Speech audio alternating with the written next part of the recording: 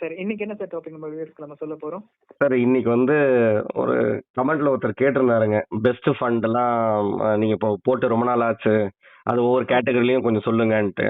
So அதை வந்து அவருக்கு ஆன்சர் பண்ற மாதிரியா இருக்கட்டும், பிளஸ் பெஸ்ட் எதெல்லாம் அண்டர் பர்ஃபார்மிங் ஃபண்ட் ரெண்டுமே எடுத்து வந்திருக்கேன் ஓகே ஓகே ஒவ்வொரு கேட்டகரிலையும். அப்போ வந்து நம்ம அதுக்கு முன்னாடி ஒரு வீடியோஸ்ல நம்ம பேசியிருந்தோம் இல்லைங்களா, அவங்கவுங்க இருக்கிற ஃபண்டை வந்து இயர்லி பேசிஸ்ல வந்து ரிவ்யூ பண்ணிக்கணும். அவங்களோட போர்ட்ஃபோலியோவை எல்லா ஃபண்டை வந்து பெஞ்ச் மார்க்கை பீட் பண்ணுதா கேட்டகரியை பீட் பண்ணுதான்ட்டுங்க. ஓகே சார் ஓகே ஓகேங்களா, அதை வந்து ஒரு சில டைம் அண்டர் பர்ஃபார்மிங்கா இருந்ததுன்னா கூட உடனே வந்து நம்ம வந்து எக்ஸிட் பண்ணிட்டு இன்னொரு ஃபண்டை வந்து சேசிங் த ரிட்டர்ன்ஸ்ன்ற மூடுக்கு போயிடக்கூடாதுங்க. கரெக்ட் சார் ஓகே ஓகேங்களா, ஆனா வந்து அண்டர் பர்ஃபார்மிங்க ரொம்ப வருஷம் நீங்க வச்சிருந்தீங்கனாலும் உங்க போர்ட்ஃபோலியோ டேமேஜ் ஆகுங்க. ஓகே சார் ஓகே ஸோ அந்த மாதிரி ஃபண்ட்ஸை தான் லிஸ்ட் அவுட் பண்ணியிருக்கோம். இதுவும் பியூரா எஜுகேட்டிவ் பர்பஸ் தாங்க. டைரக்டா இதை பேஸ் பண்ணி நீங்க ரெக்கமெண்டேஷன் எடுத்துட்டு இன்வெஸ்ட்மெண்ட் பண்ணக்கூடாது, வியூவர்ஸை கேட்டுக்கிறோம். ஓகே சார் ஓகே ஓகேங்க. ஸோ இப்போ நம்ம ஃபர்ஸ்ட் லார்ஜ் கேப் ஃபண்டை பாருங்க. இது எல்லாமே பேஸ்ட் ஆன் 5 இயர்ஸ் ரிட்டர்ன்ஸுங்க. ஓகே சார் ஓகே 25% கொடுத்துருக்குங்க. பாரத் 22 இடிஎஃப்ங்க, ICICI prudential Bharat fund of ஃபண்டுங்க. அதே ஃபண்ட் ஆஃப் ஃபண்டில் தான் வந்து உங்களுக்கு 25%, 25.25. இதெல்லாம் லார்ஜ் கேப்ல, ஏன்னா ஒரு இண்டெக்ஸ் பேஸ்ட் சூஸ் பண்ணுவாங்க இல்லைங்களா, நிஃப்டி 50, சென்செக்ஸ் 30ன்ற மாதிரி சூஸ் பண்ணும்போது. ஸோ எஸ்பிஐல பிஎஸ்சி சென்செக்ஸ் நெக்ஸ்ட் 50ன்ற இதில் பார்த்தீங்கன்னா 21.63, ஓகே சார் யூடிஐ இது பார்த்தீங்கன்னா 21.39. இதே வந்து அப்படியே நீங்கள் வந்து பிஜிஎம் இந்தியா லார்ஜ் கேப் பாருங்க, 12.57. ஆக்சிஸ் ப்ளூ சிப் நல்ல ஃபேமஸ் பிராண்டட் தான் இல்லைங்களா, 12.69. அப்போ நீ வந்து என்னன்னா பெஞ்ச் மார்க்கும் பீட் பண்ணல, கேட்டகரியும் பீட் பண்ணல. கரெக்ட் சார் அப்போ இதெல்லாம் அண்டர் பர்ஃபார்மிங். இதுலயே வந்து நீங்க வந்து ஒரு லாங் டேர்ம்ல கண்டினியூ பண்ணிட்டே இருந்தீங்கன்னா, பார்க்காம சொல்ல வரேன் நான். இப்போ 100 ஃபண்ட் வச்சிருக்காங்க, 50 ஃபண்ட் எல்லாம் வச்சிருக்கோம் பார்த்தீங்கன்னா, இது மாதிரி ஃபண்ட்ஸ் எல்லாம் உள்ள இருக்கும். ஓகே சார் அவங்க போர்ட்ஃபோலியோ வந்து டேமேஜ் பண்ணிட்டு இருக்கும். ஓகேங்களா, அவங்களுக்கே தெரியாது. அப்ப ரிவ்யூ பண்ணும்போது இந்த மாதிரி ஃபண்ட்ஸ் எல்லாம் ஃபில்டர் பண்ணிடலாங்க. புரியுது சார் ஏன்னா இப்போ நார்மலா வந்து ஒரு ஃபண்ட் விட்டு வெளியில போறதுக்கு முன்னாடி ஃபர்ஸ்ட் மெயினா என்ன பண்ணணும்னா அதர் எக்ஸ்பென்சஸ் என்னென்னு பார்க்கணும். எக்ஸிட் லோட்லாம் கம்ப்ளீட் ஆயிருந்துச்சுன்னா ஒரு உங்களுக்கு வந்து சாட்டிஸ்ஃபேக்டரி ரீசன் இருக்குன்னா அதை பற்றி வெளியேறதுக்கு வந்து நம்ம பெருசா யோசிக்க வேண்டியது இல்லைங்க. ஆனா வந்து ரொம்ப ஷார்ட் பீரியட்ல இயர் ஆன் இயர் நம்ம மாறிட்டே இருக்கக்கூடாது. ஒரு 2 இயர்ஸ் டைம் ஃப்ரேம் கொடுத்தாச்சு. அதுக்கப்புறம் நம்ம வந்து இல்லை நம்ம வந்து அந்த பார்க்குறோம் அந்த ஃபண்ட் மேனேஜர் ஏதாவது சேஞ்ச் இருக்காங்களா, இல்லை எய்ம்ஸில் ஏதாவது ப்ராப்ளம் இருக்கா, இஷ்யூ இருக்கா, ஏன் அண்டர் பர்ஃபார்மிங்ன்றதெல்லாம் நமக்கு தெரியுது. வேலிட் ரீசன் இல்லை. ஓகே சார் ஒரு லாங் டேர்ம்ல நம்ம அந்த போர்ட்ஃபோலியோவில் அதை வச்சிருந்ததுன்னா நம்ம போர்ட்ஃபோலியோ தான் டேமேஜ் ஆகும். ஸோ இந்த மாதிரி ஃபண்ட்ஸ் வந்து நம்ம வெளியேறிடலாம். க்ரோ லார்ஜ் கேப் ஃபண்டுங்க, எல்ஐசிலையும் இந்த ஃபண்டு, டிஎஸ்சி இது டாடா பிஎஸ்சி சென்செக்ஸ் இதுவும் இண்டெக்ஸ் ஃபண்டு தாங்கன்ற நான். கேட்டுங்களா, அதுக்கு அடுத்தது வந்து ஃப்ளெக்ஸி கேப்புங்க. ஓகே சார் ஓகே நல்லா பர்ஃபார்ம் பண்றதுல பாருங்க குவாண்ட் ஃப்ளெக்ஸி. இப்பதான் ரீசெண்டா நம்ம வீடியோஸ்ல குவாண்ட்டை பத்தி பேசணும் இல்லைங்களா, அதனால இப்போ அண்டர் பர்ஃபார்மிங், அவங்க அதானி ஸ்டாக் உள்ள இருக்கிறது, அவர் வந்து வெளியேறல, மற்ற ஃபண்ட் ஹவுஸ்ல வந்து அதை விட்டு வெளியேறிட்டாங்க, இவர் எடுக்கலன்ற மாதிரி ரொம்ப கிடையாது. நம்ம வந்து அந்த ஃபண்ட் மேனேஜரோட, ஏன்னா ஃபண்ட் மேனேஜர் மேல நமக்கு வந்து ஒரு நல்ல ஒரு ஒப்பீனியன் இருக்கு, நம்ம சூஸ் பண்ணியாச்சு கரெக்ட்டுங்களா.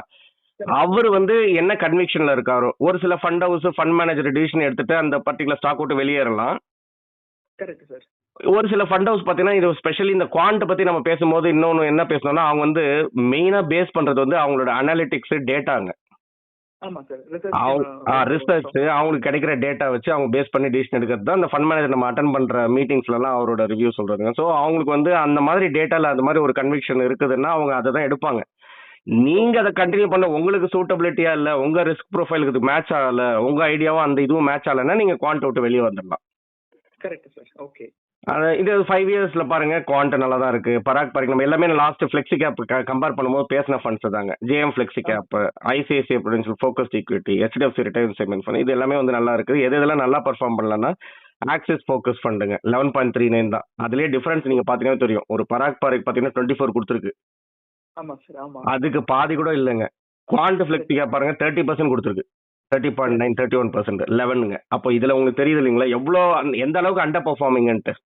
கரெக்ட் சார் ஆமா கரெக்டுங்களா. அப்போ வந்து நம்ம வந்து நார்மலா வந்து இன்வெஸ்டர் வந்து எந்த ஒரு பைசா விடக்கூடாது. அதாவது நம்ம வந்து டைரக்ட் ரெகுலர் பேசும்போது அந்த 0.5 to 1% டிஃபரன்ஸ்ல நம்ம பேசிட்டு இருக்கோம். கரெக்ட் சார் ஆமா. ஆக்சுவலா இங்க டிஃபரன்ஸ்ல பாருங்க ஒரு 24 to 11 பாதி இல்லைங்களா, ஒரு நியர்லி 12% மேல டிஃபரன்ஸ் இருக்குங்க. ஸோ இந்த மாதிரிலாம் நம்ம போர்ட்ஃபோலியோ டைரக்ட் பிளானே நீங்க வச்சிருந்தீங்கன்னா கூட உங்க போர்ட்ஃபோலியோ ரொம்ப ஹெவியா டேமேஜ் பண்ணிடுங்கன்ற லாங் பீரியட்ல. இது 5 இயர்ஸ்ன்றது லாங் டேர்முங்க. கண்டிப்பா சார் ஆமா. ஓகேங்களா சார். ஸோ இது Motilal focus fund. So Motilal கூட பார்த்தீங்கன்னா நம்ம இதுல இருந்து ஒன்று தெரியுதுன்னா, இப்போ ஆக்சிஸும் மோத்திலாலும் இதுல வந்து அண்டர் பர்ஃபார்மிங்ல இருக்கும்போது ஒரு பர்ட்டிகுலர் கம்பெனி, ஒரு பர்ட்டிகுலர் ஃபண்ட் ஹவுஸ் ஏஎம்சி இருக்கு இல்லைங்களா? அதுல எல்லா ஃபண்டுமே வந்து அந்த ஃபண்ட் நல்லாவே நல்லா பெர்ஃபார்ம் பண்ணுன்றதுக்கு வந்து எந்த ஒரு கேரண்டியும் கிடையாதுங்க. Correct sir. ஆமா. இதுல நம்ம என்ன புரிஞ்சுக்கணும் ஆஸ் அ இன்வெஸ்டரா வந்து பாத்தீங்கன்னா, எந்த ஒரு ஃபண்டுமே வந்து பாத்தீங்கன்னா, ரெகுலரா ரிவ்யூ இம்பார்ட்டன்ட்டுங்க. Monitoring and tracking important. Okay sir. Okay.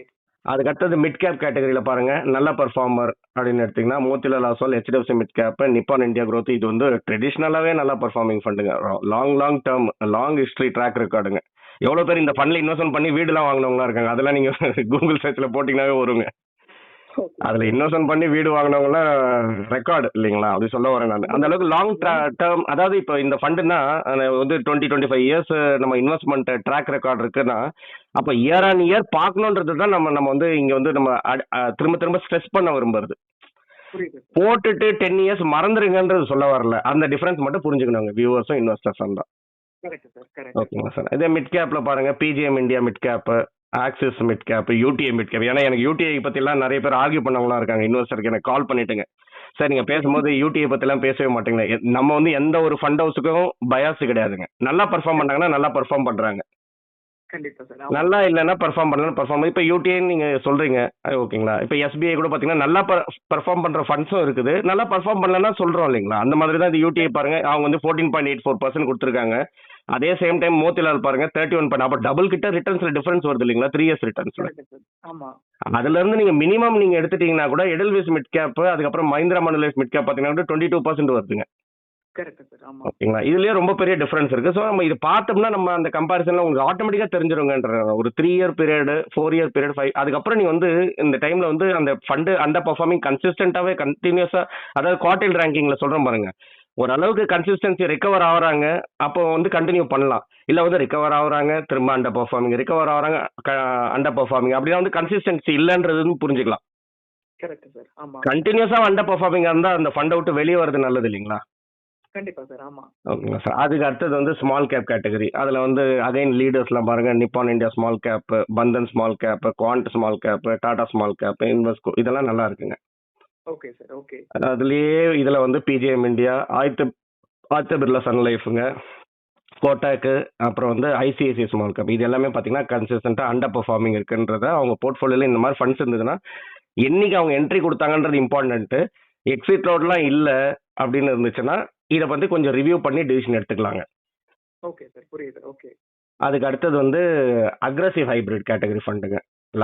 நம்ம லாஸ்டா பாரு, ஏன்னா ஈக்விட்டி முடிச்சாச்சுங்க. ஈக்விட்டியும் டெட்டும் கொஞ்சம் மிக்ஸ்ன்னு பாத்தீங்கன்னா கொஞ்சம் ஓரளவுக்கு நம்ம வந்து இந்த இந்த பர்டிகுலர் கேட்டகரியில நிறைய இன்வெஸ்டர்ஸ் இருப்பாங்க. அதுல பெஸ்ட்னு பாத்தீங்கன்னா Bank of India, JM aggressive, அப்புறம் குவாண்ட் அப்சல்யூட் ஃபண்டுங்க, ஐசிஐசிஐ ரொம்ப ஃபேமஸ் ஈக்விட்டி அண்ட் டெட்டுங்க, அப்புறம் மஹிந்திரா மண்டலைஃப் அக்ரெசிவ், இவங்கெல்லாம் நல்ல கன்சிஸ்டன்சி இருக்குங்க. அதே அண்டர் பெர்ஃபார்மிங் கேட்டகரியில் again PGIM India, Aditya Birla Sun Life, Shriram aggressive, Axis, LIC இவங்களாம் வந்து கொஞ்சம் அண்டர் பெர்ஃபார்மிங் இருக்காங்க.